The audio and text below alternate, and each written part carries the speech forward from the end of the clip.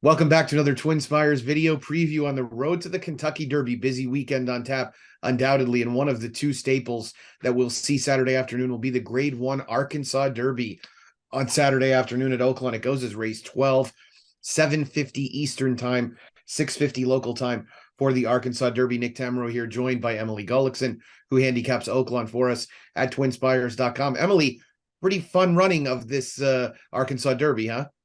It really is. I mean, this entire series I think has been great as far as competitive races, especially if you like to play some long shots. We've had a little bit of chaos, some weaker favorites, and I think in the last couple of weeks we're starting to see a little bit more form from these horses. A lot of the horses kind of dropping out, showing who they are, and I think we'll get a big test in our Arkansas Derby given the complexion of this field.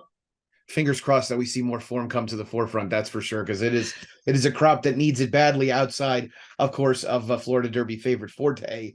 Let's take a look at this Arkansas Derby field and start with the horse that I know both of us have some affinity for. Holy Bull winner Rocket Can, who comes over from South Florida for Bill Mott in search of a win for local connections. Frank Fletcher, an Arkansas guy who undoubtedly would love to add an Arkansas Derby to his mantle.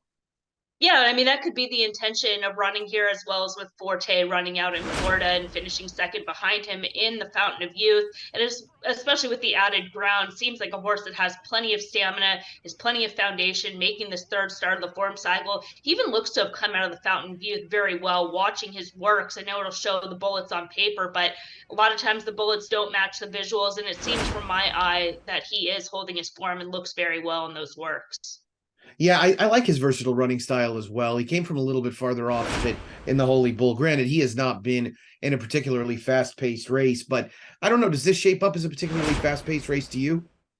Um, it's super hard to say, especially with how it happens with Reincarnate, right? Because he's a horse that has been able to show some early speed before breaking slow in the Grade 2 Rebel. So he projects to be forwardly placed. Harlow Cap, the float upgrade from the Grade 2 Risen Star.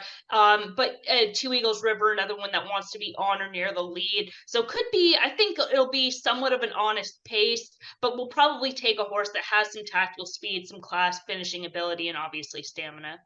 Yeah, I agree. I think Harlow Cap is a horse that I'm going to upgrade for sure and want to end up using. I thought his Risen Star was pretty solid, all things considered. I mean, the pace was very strong in that race, and it obviously took its toll on the front runners. We saw, of course, Two Phils come back to run very well, albeit on a synthetic surface. But did you think Harlow Cap was a horse worthy of some consideration?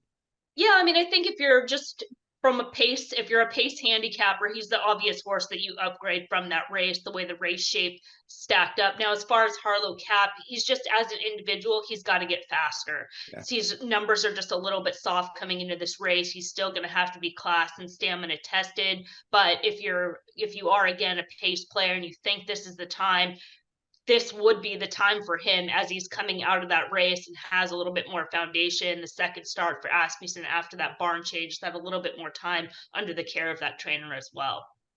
I would imagine one of the morning line choices will be Angel of Empire, who returns to Oaklawn off a win in the Risen Star that he scored as an upset at better than 13-1. Was that a flash in the pan for you, or is this a horse that might be taking a step forward?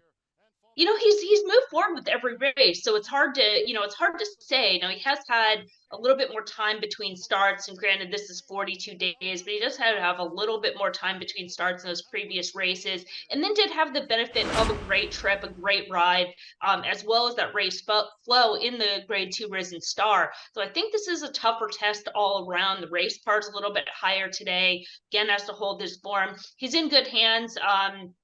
Luis Saez riding down in Florida. It's actually surprising as I was pulling this up doing one of the optics videos last night that Saez is riding every race on the card down in Florida. So it's a long day of riding.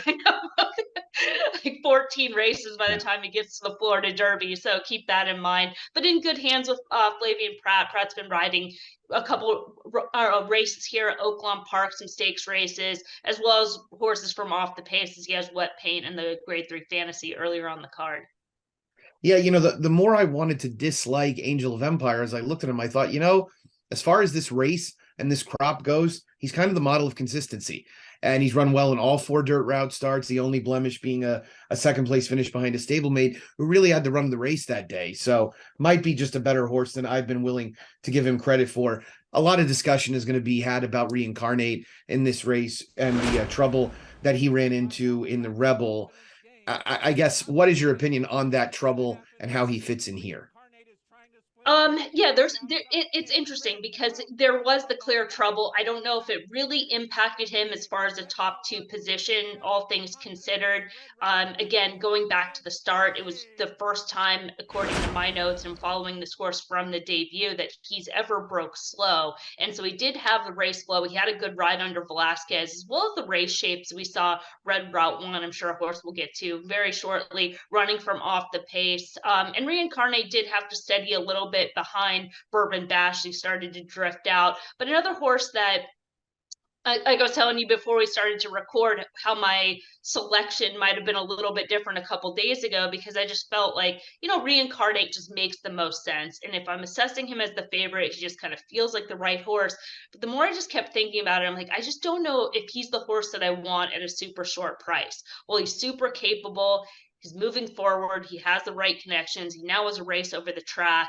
I just don't know if it's the short price. I mean, he was 16-1, two back in the grade 3 sham, running against his stablemates, and then maybe had the race flow in his favor. The race in the grade 2 Rebel, he showed more run to me that day than I was expecting. So that kind of moved me forward. But again, it just kind of comes down to, as a player with that shorter price, I'm just a little bit lukewarm on that combination. Yeah, that's not the trouble that I want. I want the trouble that the public is not seeing. That's the trouble that's overexposed. And quite honestly, I think the most important point is the one that you made at the top, which is that he was probably running third no matter what, because he wasn't closing as fast as Red Route One, and it's not as if they were cutting into confidence game with each stride. So I'll give him an upgrade maybe for being able to use a more versatile style, but it was in his favor given the strength of the pace that day. Red Route One is the last one I wanted to touch on, who was second in the Rebel and has now collected in the money finishes in both the Southwest and the Rebel. I'm wondering if the blinkers going on is maybe designed to get him a little bit closer early, because Emily, he really lost contact with them last time.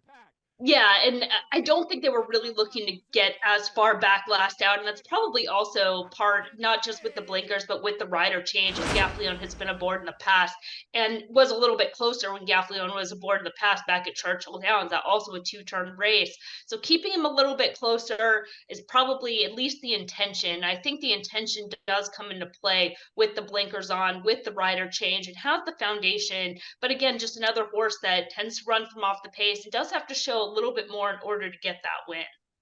I agree. He's a horse I think that'll be a little overbet as well. We'll see how he does also on a dry track. He's been much more effective thus far on a wet surface, and the weather is expected to be good at Oaklawn on Saturday. Anybody else you wanted to touch on from this Arkansas Derby field?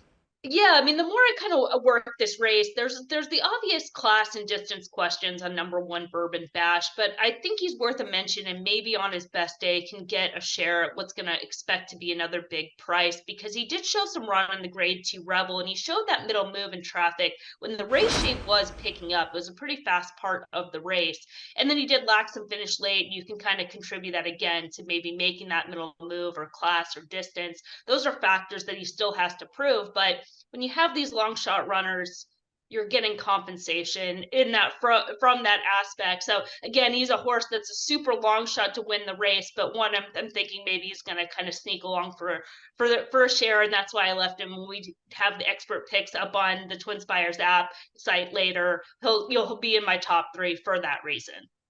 I like it. He's a horse I think they'll get a good trip from the inside as well, probably a little bit more forwardly placed in what should be a slower paced race. Yeah, yeah. As you mentioned, I think the pace scenario is going to have a big say in the outcome and how the riders ride this race. Well, that's an in-depth look at the Arkansas Derby. Emily, thank you so much. We look forward to seeing your Oaklawn picks every card up on twinspires.com. Thank you so much. It was fun collaborating for the first time. Very much so. Look forward to doing it again. And be sure you're playing along with us at twinspires.com. All of the tremendous promotions available on the website and on the app. Be sure you're taking advantage of that new Power Box wagering tool that debuted this week. Until next time, for Emily Gullikson, Nick Tammaro here. Until next time, best of luck.